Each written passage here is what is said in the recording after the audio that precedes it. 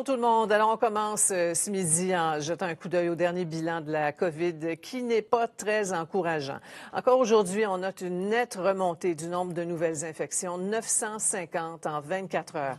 On déplore malheureusement 7 décès supplémentaires. Les hospitalisations, les admissions aux soins intensifs sont en recul. Et signe encourageant du côté de la vaccination, on a fracassé un record avec près de 55 000 doses administrées hier.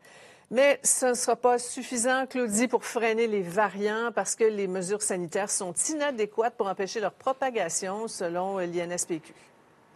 Oui, je peux vous dire, Sophie, que les projections, la modélisation de l'INSPQ ce matin n'avaient rien de réjouissant, du moins ce qu'on nous a présenté. Et les variants, comme vous allez le voir sur le tableau, devraient devenir dominants là, à partir du mois d'avril. Ça, c'est dans quelques jours. Ça devrait être plus de 50 des cas de COVID-19 qui sont des variants d'une souche ou d'une autre. Alors, ce que nous dit l'INSPQ, c'est que les mesures sanitaires actuelles sont efficaces contre la souche classique de COVID-19, mais sembleraient insuffisantes pour les cas de variants. Pourtant, c'est ce qui circule abondamment.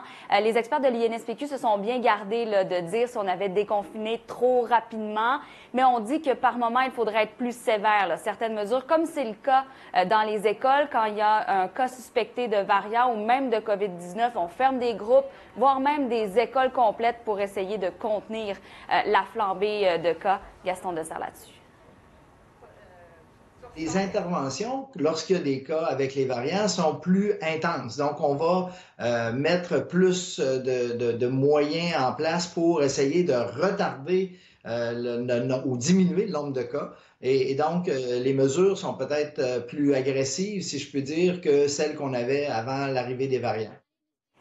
Et Sophie, il y a le ministre de la Santé, Christian Dubé, en entrevue, qui a dit qu'il était très inquiet, oui, des variants, mais en même temps, il était encouragé parce que ça ne se traduit pas par une augmentation des hospitalisations. Pour le moment, les hospitalisations sont toujours à la baisse malgré une hausse des cas. Et ça, c'est à cause de la vaccination. On a vacciné les populations plus vulnérables. Du moins, on est en train de le faire. On peut écouter Christian Dubé.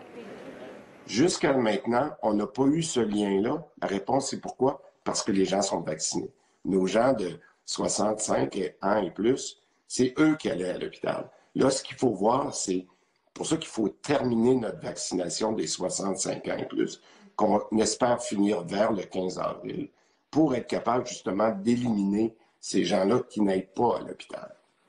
Et Sophie, il y a quand même des régions qui inquiètent. C'est le cas de la capitale nationale, également le Bas-Saint-Laurent. Et là, la vaccination se fait un peu plus au ralenti en ce moment. Donc, on espère que les efforts de vaccination vont augmenter. Et je termine en vous disant que l'INSPQ a aussi noté une diminution de l'adhésion des Québécois aux mesures sanitaires et également là, que les gens n'allaient pas se faire dépister toujours lorsqu'ils présentaient des symptômes. On rappelle que c'est important de le faire parce que les variants sont extrêmement contagieux. Oui, on sent la fatigue des gens. En même temps, on parle d'un taux de reproduction de fameux RT, là, 1,31, quelque chose comme ça. Très, très, très mauvaise nouvelle. Hein? Voilà. Ouais, merci, Claudie. Merci. À l'ombre.